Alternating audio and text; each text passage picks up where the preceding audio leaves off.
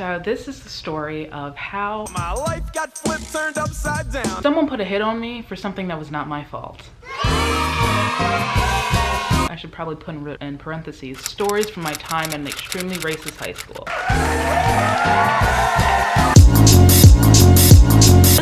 I absolutely hate wearing glasses and using a ring light because then, you know, you're seeing the ring light, not me. So I might just have to go blind for this video. Just so you know, it's a serious matter. Hello everyone. I recently asked on Instagram, should I start doing story times? And regardless of what the response was, I was gonna do it anyway. I went to high school in like a very small town, and the high school was extremely small. When I say extremely small, there's 25 people in my graduating class. There's like 100 something kids in the entire high school.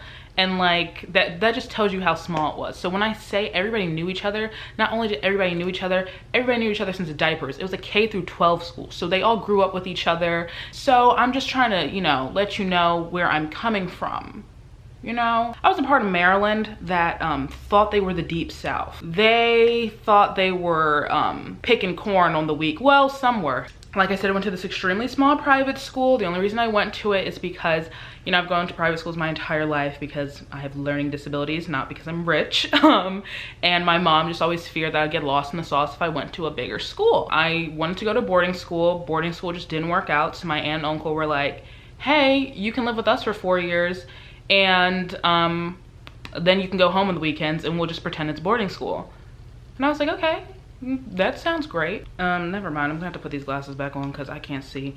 So at this school, I had experienced so much racism, and like, it's no offense to the, actually I really don't care who is offended by this because clearly I was disrespected and offended for 4 years. But the gag was, I'd experienced all types of crazy racism at this school. My freshman year, I was called the N-word. Somebody was like, can I call you Shaniqua? That is not my name. My birth certificate says Alexa blank blank Green. So no, baby.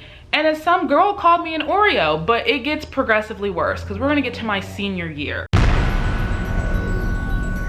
So my senior year in high school, I was elected class president. The summer before, I had like just spent my entire summer just like, it was summer 16. Summer 16 was a good summer. Everybody remembers summer 16. So when I came back to school, I was just like, this is whack. I kind of just want to go. So I like socially shut down. And I like, when I say socially shut down, I literally came to school, did my work, went home, did not talk to anybody. Everybody was mad at me because they're like, oh, you got elected class president, now you think you're better than everyone. I was like, no, simply just right now, I'm tired of Caucasian nonsense. And I already knew I wanted to go to a HBCU. I really wanted to go to a historically black college because I was just sick and tired of just dealing with the blatant racism I dealt with for 4 years. This gets into, I had this kid who was like my arch nemesis. Like, I never did anything wrong to that boy, except over the summer, he made a very inappropriate edit of one of my friends and photoshopped them on the background of a organization, can I say that word on here, of a extremist group, and was like, oh yeah, he left the school to go join them. And I was like, this is racist, because the kid was Middle Eastern. I was like, this is literally like, you are being racist, there's nothing funny about this. So I called him out on that. I'm like, this is mad racist. And everyone was like, oh yeah, she's right, it's mad racist. I was like, because y'all were kiki-keying in the WhatsApp talking about some, this is funny, this is funny. So I reported that to the teacher, because I'm like, that's not cute. We're on WhatsApp. Y'all know Mark Zuckerberg likes to listen to everybody and their moms. What if homeboy sat here and got locked up, or he couldn't come back into the States? I'm probably being dramatic, but at the end of the day, it was just wrong. So he held on to this. When I say this boy held on to this, he held on to this. But like, he had always been just a terrible person to me. But I never took it to heart because I was just like, these kids just racist. It really does not matter to me. But this is where it like gets kind of bad-ish. So senior year, there was all this drama. Like, we came back from winter break and there were 2 kids who were missing. Like, they didn't like disappear off the face of the earth. They're missing because like, I guess they no longer went to the school. I didn't know this yet, but like, I come in the first day after break, everybody is like looking at me all rude and everything. People are putting on their Snapchat stories, snitches get stitches, blah blah blah, like this person deserves to die, all this other stuff. I'm like, dang, wait, I don't know if anyone's ever seen that clip where they're like, man, what did he do to make them that mad? That is literally what I was thinking coming to school, because I'm like, why everybody look like something happened? And like, mind you, these two kids are gone. One of them was in my grade, but I never paid attention to him, which just tells you how, again, like he came in the same year as me, but he just had no significance in my life. Like I literally forgot he was in the class. And also he was like very well known for being, I don't know how to describe this, but he was like very far right-winged in the way where it's like, I don't think you are a human being. And he never said that to me, but like he had the vibes, and he had said it to like, he had made it very present to other people. So I just like did not talk to him. I mean, like we were amicable, like I would see him in class and stuff like that, but it was never like we had a relationship. Anyway, him and this one other kid who I was actually really good friends with just like weren't at school. I of course did not know this until I go to English class, but I get a request on my private Instagram from this girl, and I see that we have mutuals. So I was like, okay, maybe I know her or whatever. Like I accept people I typically have mutuals with. This taught me to never do that. So I get the request from her, and then I also like went to class, came back, and I saw that I had a DM from this girl. So I opened this girl's DM, and in the DM, she's all like, what did blank do to you? Why did you do that to him? Like, why would you go along and snitch on him? Like, what did he ever do to you? Now he can't go to prom. Now he can't graduate his friends and blah, blah, blah. And I know where the school is. I know how to get in there. I know the security's not that good. And you need to watch your back because I have guns. And I was like, whoa, whoa, whoa, whoa, whoa. You got guns. Listen, somebody tell you and they DM you talking about they got guns, wouldn't you think that they're about to shoot you? If you're talking about, you know how to get into my school, you know the security is not that hard, and you got guns, that's a threat. That is a grade A level threat. And I took it as a threat because I was like, these are country folk. They don't play with their little guns. Somebody shoot me in the middle of Bumble, Maryland, I'm dead. So I'm like, yo, who is this chick? And I'm freaking out. Again, I'm just like, 17-year-old me gets this DM. And I'm just like, so I take a screenshot of it and I send it to my mom. And I was like, Mom, is this a threat? And she was like, Alexa, step out of class right now and call me. So I call her. She was like, what is going on? I was like, I literally don't know who this girl is. I just opened this DM in English, and she talking about I'm a snitch, I'm this and that, how I'm trying to ruin her man's life, blah, blah, blah, and how she gonna come into the school. She knows where my locker is, the whole 9 yard. And she was like, get your bag, I'm on my way. Mind you, my high school was 3 hours away from like my hometown, Philadelphia. When my mama said she was on her way, she was not kidding. Her keys, she was in the car. I heard the engine start. She was on her way.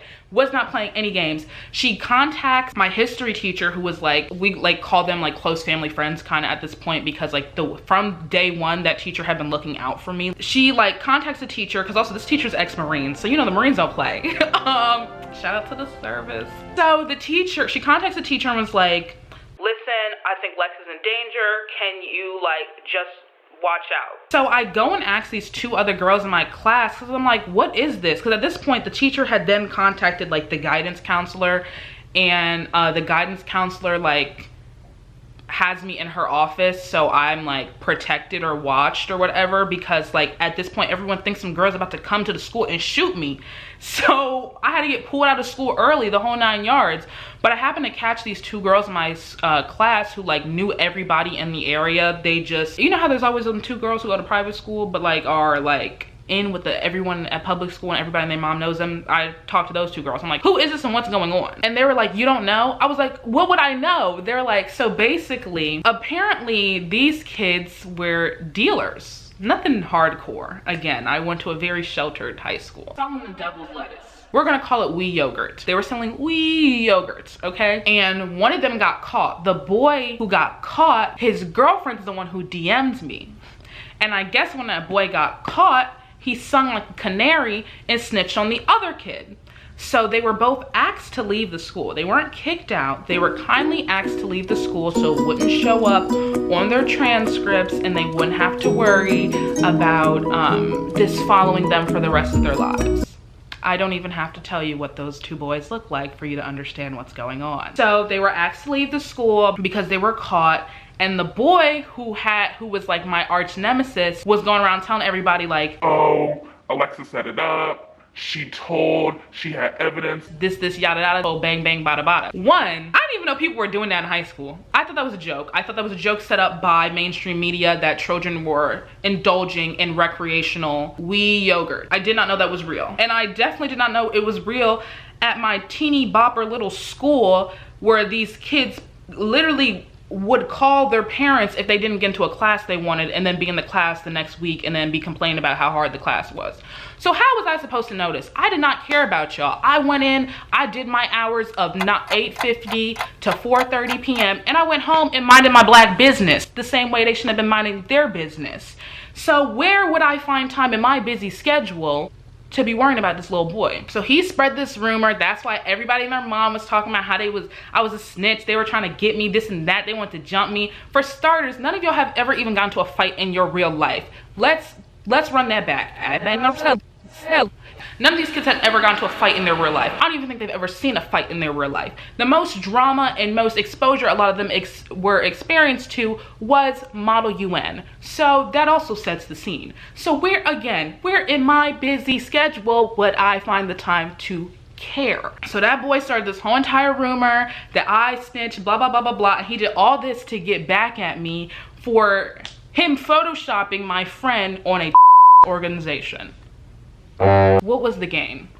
What was the game? At this point, my whole family was done. When I say done, I mean done. My mama drives up to the school. She's talking to the headmaster. She's also talking to like the all school head. She went to get on the phone with the board. She was like, I do not care. Right now my child is in danger and you guys aren't taking this seriously. They're like, oh, we can contact the other girl's like principal. She said, either let me tell you all what you're about to do. And she laid out for them. She said, if you keep it up, not only will I pull out my child out of the school, but I also will be suing all of you for putting her at danger and all this other stuff. She's like, and it was just a whole thing.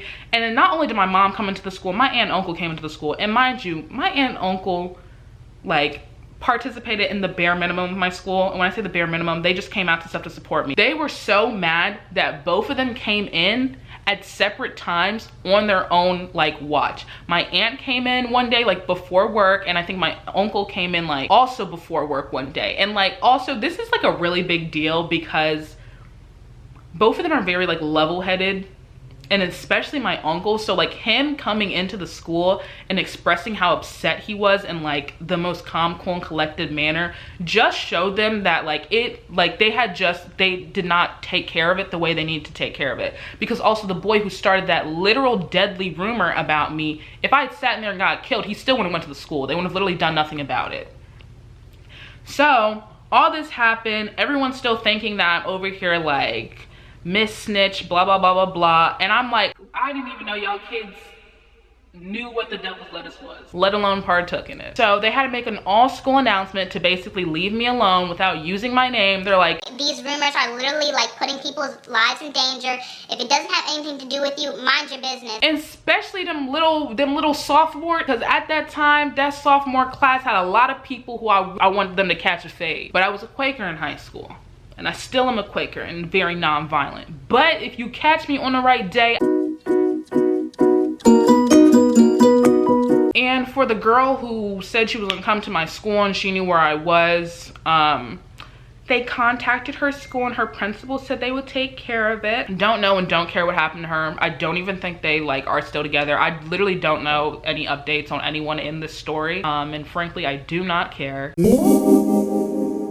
The thing that was crazy about that is like everyone knew about the rumor, but only 2 people like knew my side of the story, like how I literally didn't know what was going on. The trauma and just like self-deprecation I went through at that school, that it literally just like made me feel less than a person and just completely ruined my mental health and self-image at the time. Thank God it recuperated over the years. And I just now recently started to reconnect with people that I went to high school with, because it was that bad. OJC.